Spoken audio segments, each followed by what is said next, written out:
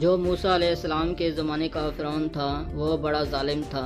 اسے اپنی طاقت پر بہت غرور تھا اور اس نے اپنے زمانے میں اعلان کیا تھا کہ اے لوگو، میں تمہارا رب ہوں، میں ہی تمہارا بڑا رب ہوں، میرے علاوہ تمہارا کوئی رب نہیں ہے۔ لوگوں کو اپنی خدمت پر معمور کرنے کے بجائے اپنی عبادت پر معمور کرتا تھا اور لوگ اس کو سجدہ بھی کرتے تھے۔ ایک دن ایسا ہوا کہ فرعون نے خواب دیکھا، آسمان سے ایک تارا ٹوٹ کر اس کے محل پر گرا اور پھر آگ لگ گئی اس کے محل میں۔ وہ گھبرا کر اٹھ گیا، صبح نجومیوں کو بلایا کہ اس خواب کی تعبیر کیا ہے۔ بہت نجومیوں نے الگ الگ تعبیریں بتائیں اور پھر جو بڑے ماہر نجومی تھے انہوں نے کہا کہ اس خواب کی تعبیر یہ ہے کہ بنی اسرائیل خاندان میں ایک بچہ پیدا ہوگا جو تیری سلطنت کو ہلاک کرنے کا باعث بنے گا۔ خواب کی تعبیر سننے کے بعد شاہی فرمان جاری ہوا کہ بنی اسرائیل میں آج کے بعد جو بھی لڑکا پیدا ہوگا اسے مار دیا جائے گا، کیونکہ وہ بچہ کہیں سلطنت کو ہلاک کرنے والا پیدا نہ ہو جائے۔ تو اس اعلان کے بعد بنی اسرائیل خاندان میں جو بھی بچہ پیدا ہوتا اسے مار دیا جاتا تھا، لڑکے کو ذبح کر دیا جاتا تھا اور لڑکیوں کو زندہ چھوڑ دیا جاتا تھا۔ ایک سال کے اندر انہوں نے 12,000 بچوں کو ذبح کیا، پیدا ہوتے ہی قتل کر دیتے تھے۔ لڑکے کو زندہ رکھنے کا حق نہیں تھا، کیونکہ یہ وہ زمانہ تھا جب موسیٰ علیہ السلام کی ابھی ولادت نہیں ہوئی تھی۔ ولادت سے پہلے اتنے بچے مار دیے گئے تھے۔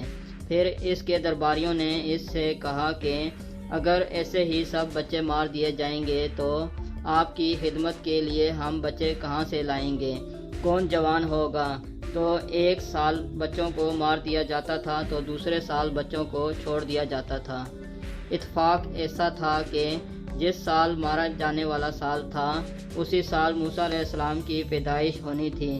ان کی ماں حاملہ تھی، پیدا ہونے کا وقت بہت قریب آ گیا تو اللہ تعالیٰ نے موسیٰ علیہ السلام کی ماں کے دل میں اللہ تعالیٰ نے یہ بات ڈال دی کہ تہہ خانے میں چلی جائیں۔ وہ تہہ خانے میں چلی گئیں، بچے کی ولادت ہوئی، لڑکا پیدا ہوا۔ اب وہ گھبرا گئیں کہ یہ سال تو مارے جانے والا سال ہے اور وہ بنی اسرائیل خاندان سے تھیں کہ میرا بچہ تو مار دیا جائے گا۔ تو اللہ تعالیٰ نے ان کے دل میں یہ بات ڈال دی کہ ایک صندوق لے لو لکڑی کا اور اس میں اس بچے کو ڈال کر دریا میں بہا دو۔ اور پھر ان کی ماں نے صندوق میں رکھ کر بچے کو ایک دریا کے کنارے بہا دیتی ہیں اور اپنی بڑی بیٹی کو کہتی ہیں کہ دیکھتی رہنا کہ یہ صندوق کہاں جاتا ہے۔